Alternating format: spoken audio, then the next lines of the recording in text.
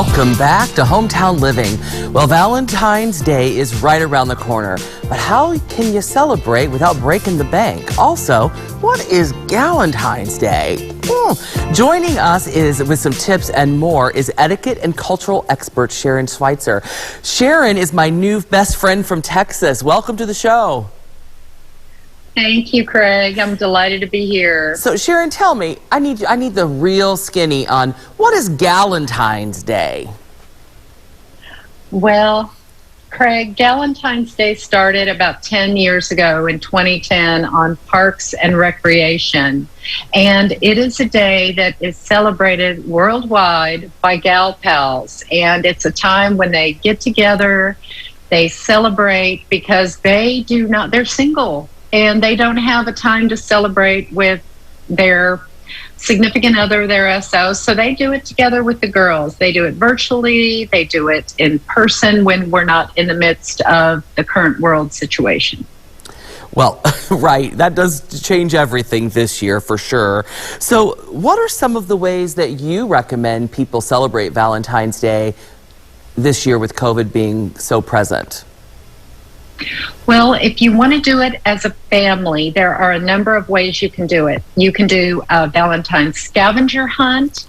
You can hide some fun things around the house and have the kiddos locate them and then provide a little prize for the winner. And of course, everyone is a winner in your family. The other thing you can do are have Valentine's baking and do hearts and cupids. The other thing a lot of couples can do that is very affordable is pull out that wedding or that honeymoon album.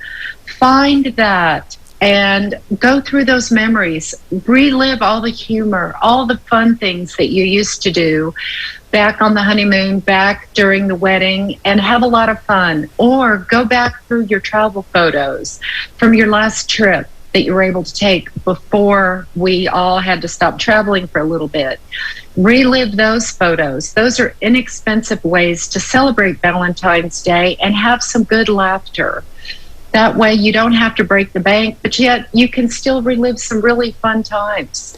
You know, one of the things that I think has been a positive of this COVID time is that we all have had to kind of put the brakes on and kind of go back and it's a great time to recall some of the memories, like you said, looking through the photo albums. And, you know, we don't often take time in normal days to kind of reflect and to remember, I loved when you said that. I was thinking, oh, that's such a great way to remember why you fell in love and kind of emotionally recall all of that.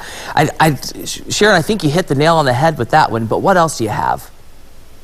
Well, some of the other things you can do as a couple there are some wonderful things out there. A lot of folks are really enjoying these original table topics. I don't know if anyone has seen some of these, but they ask you to discuss as a couple things like, what do you love about your hometown? And a lot of people have never talked to their spouse or their SO about what they love about their hometown. And they ask you questions like, what was the most interesting thing you read recently? What book have you read that you couldn't put down? They also have Our Moments Generations that is really interesting. They have Our Moments Couples and Our Moments Generations, which ask questions about how did Grandma and Grandpa meet?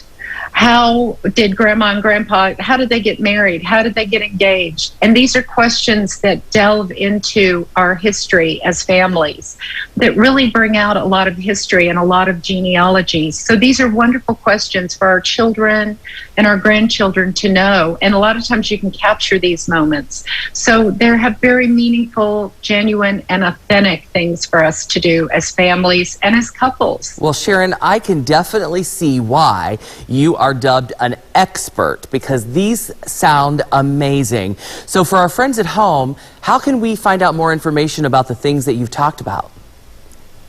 Well, we have a website and an Instagram, and it's Sharon Scweitzer, and it's spelled like Albert Schweitzer, and there you have it up on the screen. And I wish you and your viewers, Craig, a happy and blessed Valentine's Day. You too, Sharon. Thanks so much. Check that out on, wow, I just love Sharon Scweitzer from Texas. So coming up, Shop Local, we're checking out a local artist who's making incredible home decor out of natural wood up next.